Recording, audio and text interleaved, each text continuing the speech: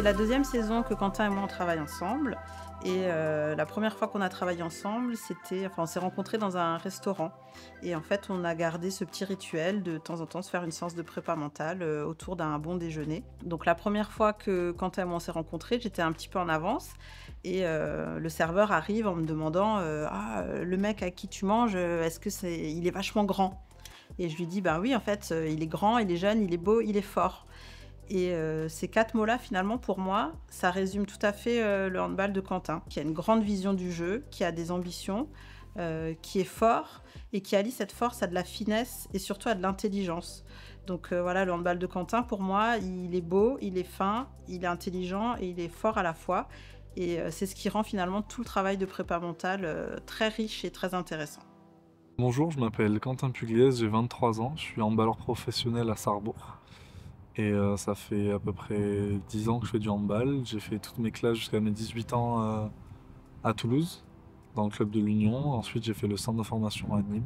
Ce qui m'anime dans mon sport, c'est vraiment les valeurs qu'elles transmettent et vraiment le jeu, ce qui est vraiment est lié au plaisir et à vraiment il y a de l'engagement physique, de l'engagement technique, mais tout ça au service du jeu et au service du collectif, c'est vraiment quelque chose qui m'anime et qui me passionne encore maintenant.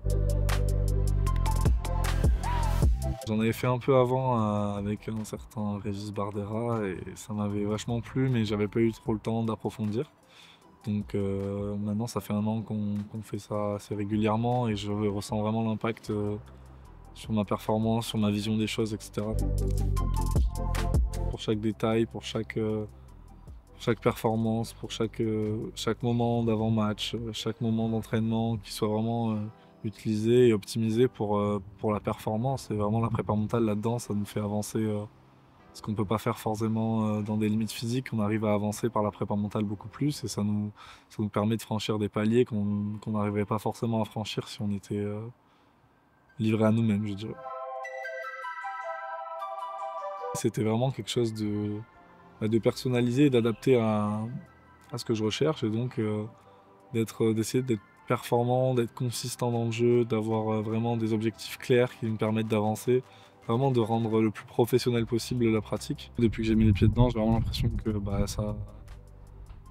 c'est vraiment ultra important pour tous les sportifs pros et vraiment c'est les gens qui vont vers la performance pour aller tutoyer le haut niveau et le très très haut niveau, c'est vraiment quelque chose d'hyper utile. Ça peut vraiment permettre de franchir des paliers. Donc je pense que si ça existe et si vous avez les moyens de le faire, il n'y a pas de raison de s'en priver, c'est vraiment un outil extra.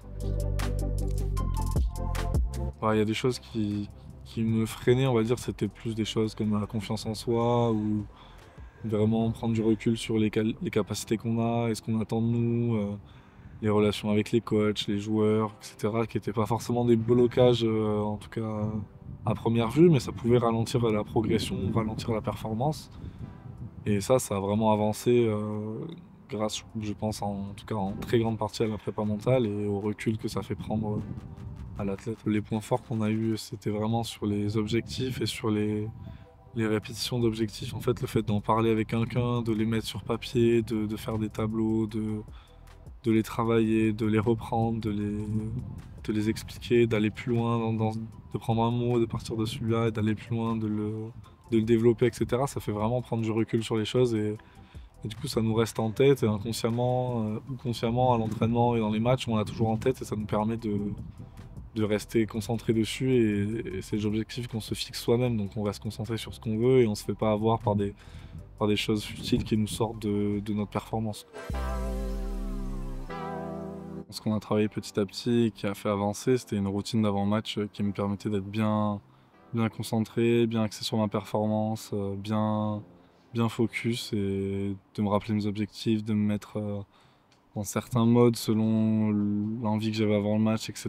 Donc une routine de performance. Et après, j'ai 2-3 outils comme la respiration active qui m'a vraiment servi pour mes entrées de match, etc.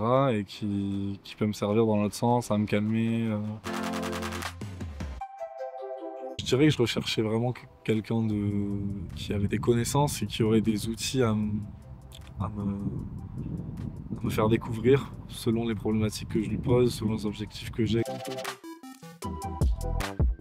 physiquement et techniquement, il y aura toujours besoin de travailler, en tout cas dans le handball. Mais après, mentalement, j'ai vraiment des choses qui peuvent être importantes à continuer de faire avancer, comme la confiance en soi et la consistance, vraiment être performant sur la longueur.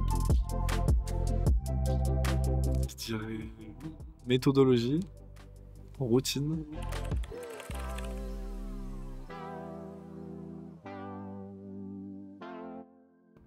Et performance.